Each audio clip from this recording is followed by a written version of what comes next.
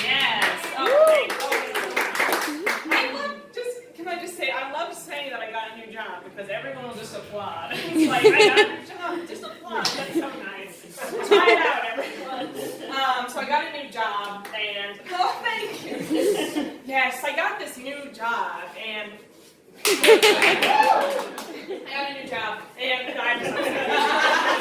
can't, this is how the joke sets up. So I got this new job, and I am in a new office building, one that I've never experienced before, and in the past, I worked in Silver Spring, and I also live in Silver Spring, so I used to walk home at lunch to play with my cat and to eat food, but I can't do that anymore. So I decided that last week I was going to go to the top of my office building, which I've never been able to do before, but now I can do since I got this new job, and sit up there and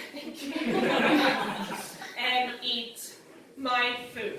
So I did that, and we have this rooftop terrace deal going on, and then after I was done, I took an elevator to go up there, but I said, you know what, no, I'm not going to take an elevator down, I'm just going to use the stairs because I'm going to get those steps in. So I go into the stairwell, and I walk down. I'm on the 5th floor, so it's from floor 13 technically, but they don't call it that, down because it's bad luck, down to the 5th floor, and I get to the door of the 5th floor, and I try to open it, but the door is locked, and I'm like, okay, that's fine. It's okay. I know what to do. I'll go all the way down to the ground level, and I'll exit that way. That's what you would have to do if there's a fire. Okay. Walk down 5 additional flights of stairs, get to the ground level. Unfortunately, you can't open the door unless there is a fire, like an alarm will sound as you go out that door.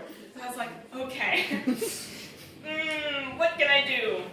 Thought about this, everyone. I could use my phone to call my office to ask someone to let me in on the 5th floor.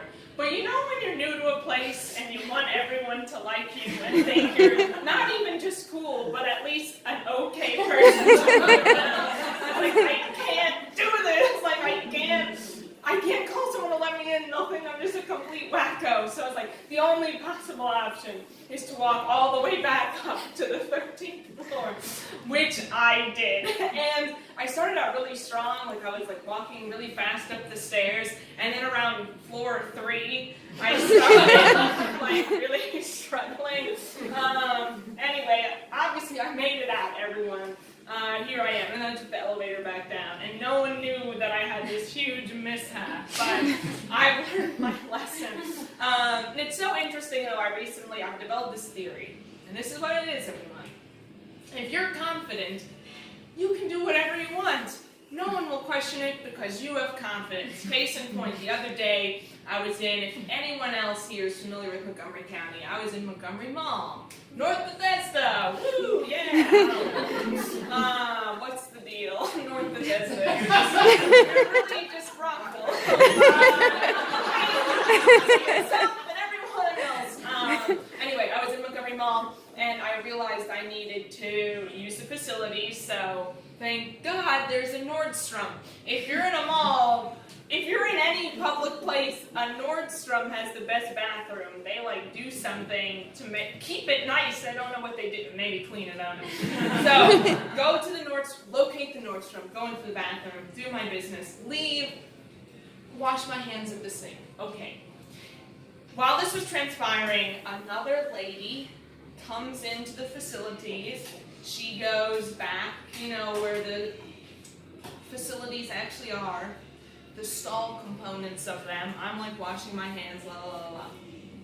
She comes out of the stalls after you're flushed, she exits, she walks down the row, she pauses right at all the sinks where I am, she looks at me, I look at her, and then she leaves without doing anything.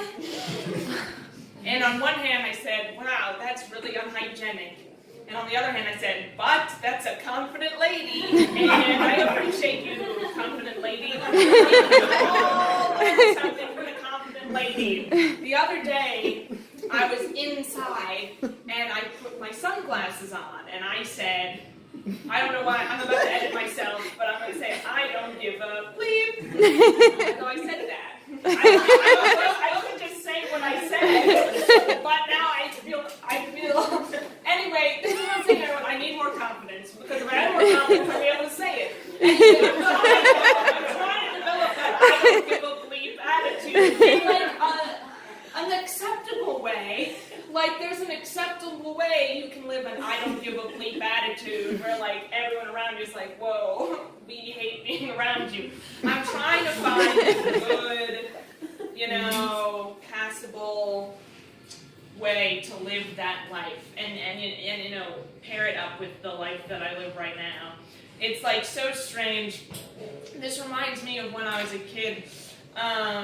When I was a kid, I would play a lot of video games and do a lot of, like, online activities where before you started, they would say, pick your difficulty level, easy, medium, or hard. And I was like, this is a trick question. Easy?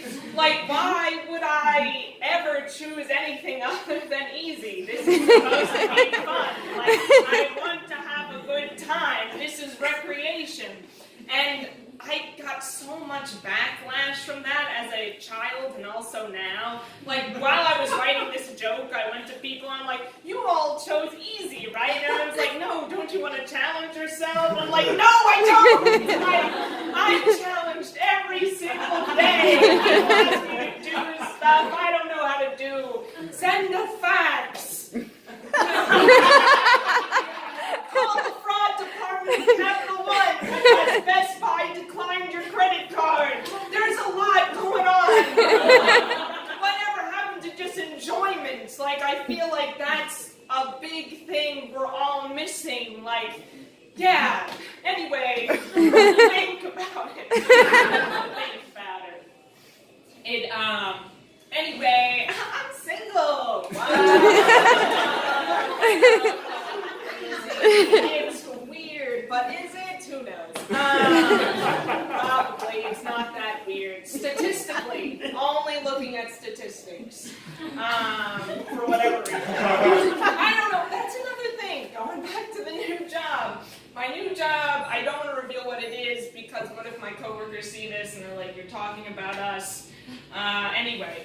My new job has like a science component to it, and like I'm too ashamed to reveal. It's like I don't understand science. Like I only got through, I don't know, biology 102 by the skin of my teeth, and that's because my biology professor, Dr. Oni Smith, I'll never forget him, took pity on me, and I was in his office every day, basically in tears, and he felt so bad. He introduced me to his whole family over the course of the semester.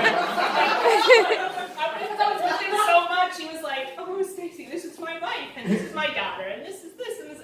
Anyway, my last test that I had with Dr. Oni Smith, the last test of the year, I got like an 83%.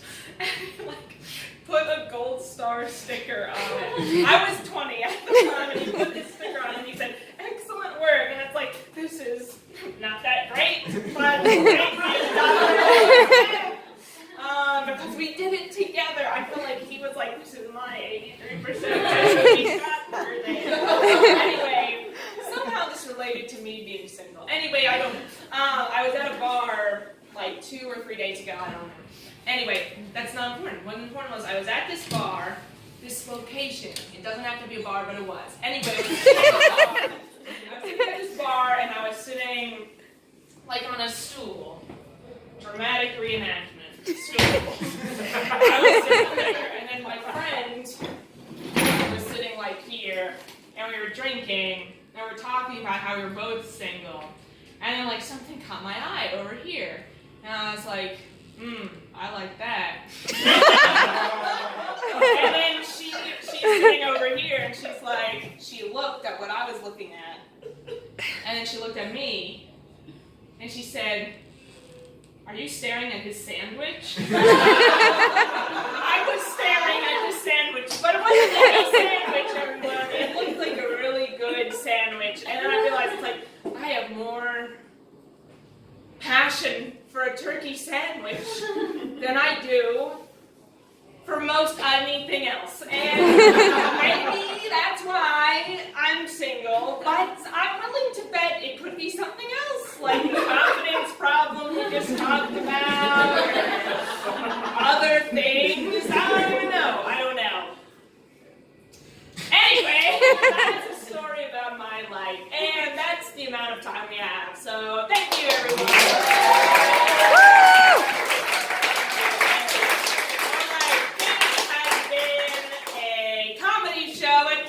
Club. So thank you so much for coming out. Thank you to all of our performers. We had Grandma's Fire Luncheon. We had comedian Tina Brown. And we had the Twitter. If you liked what you saw, hopefully we'll be back every month with a rotating lineup. So come back and see us again. Thank you so much.